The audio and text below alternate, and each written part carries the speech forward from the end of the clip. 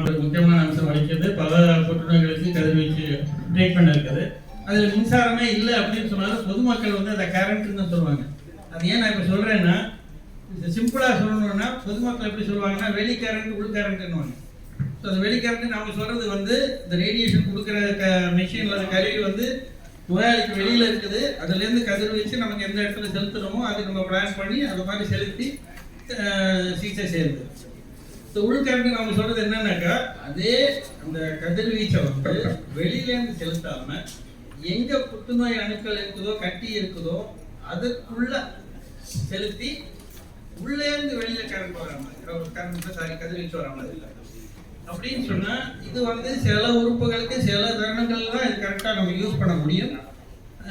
உதாரணத்துக்கு இப்போ ஆண்களில் வந்து இந்த ப்ராஸ்டேட் சுரப்பி இருக்குது, பெண்கள் அந்த கர்ப்பப்பையில் வாய்ப்பகுதி இருக்குது. இதிலலாம் இந்த பிரேக்கி தெரப்பின்ற இதே சிகிச்சை வழிமுறை நடந்தது. மார்பக புற்றுநோயில் சில குறிப்பிட்ட தருணத்துக்கு தான் அது யூஸ் பண்ண முடியும். இப்போ எதுக்காக யூஸ் பண்ணுறோம்? முன்னாடிலாம் வந்து ஒரு 30-40 வருஷம் முன்னாடி போனீங்கன்னா புற்றுநோய் வந்தாலே பிழைக்கிறதே கஷ்டம். அதனால் வந்து எதிர்காலத்தில் என்ன 5 வருஷத்துக்கு அப்புறம் என்ன 10 வருஷத்துக்கு அப்படின்னு யோசிக்க வேண்டியதில்லை. ஏன்னா அவ்வளோ நாள் இருக்க மாட்டாங்க. ஆனால் இப்போ நிலைமை அப்படி இல்லை. எல்லாருக்கும் வந்து பூர்ணமாக குணப்படுத்தணும். அதனால குணப்படுத்துறது மட்டும் போராது, அதுக்கு முன்னாடியே சிந்திக்கணும். அதனால் நம்ம கொடுக்குற சிகிச்சையினால ஏதாவது பின் விளைவுகள், வேண்டாத பின் விளைவுகள் அந்த நோயாளிக்கு வருமா அப்படின்னு யோசிக்கணும். ரெண்டாவது சில உறுப்புகளை பொறுத்த மட்டும் காஸ்மெஷன் சொல்கிறதா தோற்றம் எப்படி இருக்குது. உதாரணத்தில் இப்போ முகத்தில் இப்போ ஒரு பெண்மணிக்கு அவருடைய மார்பகத்தில் தோற்றமும் அவங்களுக்கு முக்கியம். அப்போது இன்றைய காலகட்டத்தில் இந்த ரெண்டும் வந்து சிகிச்சையோட முக்கியமாக ஒரு பங்கு வகிக்கும். அதாவது பிற்காலத்தில் வரக்கூடிய நம்ம சிகிச்சையினால் வரக்கூடிய டாக்டர் சிவகுமார் மகாலிங்கம், அறுவை சிகிச்சை புற்றுநோய் அறுவை சிகிச்சை நிபுணர். ஸோ சார் ஒரு ஓவரால் வியூ உங்களுக்கு சொல்லியிருப்பாங்க. இது வந்து ஒரு டீம் ஒர்க். ஆக்சுவலாக பார்த்தீங்கன்னா ஒரு ரேடியேஷன், மெடிக்கல், சர்ஜிக்கல் எல்லாமே சேர்ந்தால் தான் நம்ம வந்து பேஷண்டோட அவுட்கம்ஸ் பெட்டராக இருக்க முடியும். ஸோ இதில் சர்ஜிக்கல் ரோல் பற்றி நான் உங்களுக்கு சொல்ல போகிறேன். இந்த பிரேக்கி தெரப்பி, இன்னைக்கு ஹீரோ வந்து பிரேக்கி தெரப்பி பற்றி டாக்டர் அலெக்ஸ் பிரசாத் அவங்க பேசுவாங்க எப்படி பண்ணணும் அப்படிங்கிறத. இவங்களுக்கு இப்போ பார்த்தீங்க அப்படின்னா மார்பக புற்றுநோய் அப்படின்னாலே மார்பகத்தை கம்ப்ளீட்டாக ரிமூவ் பண்ணணும் அப்படிங்கிறது போக இப்போ வந்து நமக்கு இந்த அறிவியல் வளர்ச்சியில் நம்ம மார்பகத்தை கம்ப்ளீட்டாக ப்ரிசர்வ் பண்ண முடியும். கம்ப்ளீட்டாக மார்பகத்தை எடுக்காமல் கட்டியை மட்டும் நீக்கிட்டு கதிர்வீச்சு ஆட் பண்ணுறோம் அப்படின்னா ஃபுல் மார்பகத்தை எடுக்கிறதுக்கு ஈக்குவலட். ஸோ அதுதான் இந்த இவங்களுக்கு என்ன பண்ணியிருக்கோம்னா கட்டியை மட்டும் கீமோ கொடுத்துட்டு கட்டியோட சைஸை குறைச்சிட்டு கட்டியை மட்டும் ரிமூவ் பண்ணிட்டு ரீகன்ஸ்ட்ரக்ஷன் சொல்லுவோம்.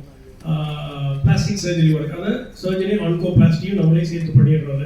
எடுத்தோட வெத்த இடம் இருக்குல்ல, அந்த வெத்த இடத்த நம்ம ரீகன்ஸ்ட்ரக்ஷன் பண்ணிட்டு நம்ம க்ளோஷர் பண்ணிடுறோம். நம்ம முடிச்சதுக்கு அப்புறம் தான் இந்த பிரேக்கி தெரப்பி அப்படிங்கிறது இப்போ நம்ம இன்னைக்கு டிஸ்கஸ் பண்ண போகிற ப்ரொசீஜர் வரும்போது அதை எப்படி செலுத்த போகிறாங்க, எதுக்காக அதை கொடுக்க போகிறோம், அந்த அட்வான்டேஜஸ் என்ன அப்படிங்கிறது டாக்டர் அலெக்ஸ் பிரசாத் அவர்கள் பேசுவாங்க. ஒரு 10% பரம்பரையாகும். வாழ்க்கை முறைன்னு பார்த்தீங்கன்னா ஆபத்து காரணிகள், அதாவது ரிஸ்க் ஃபேக்டர்.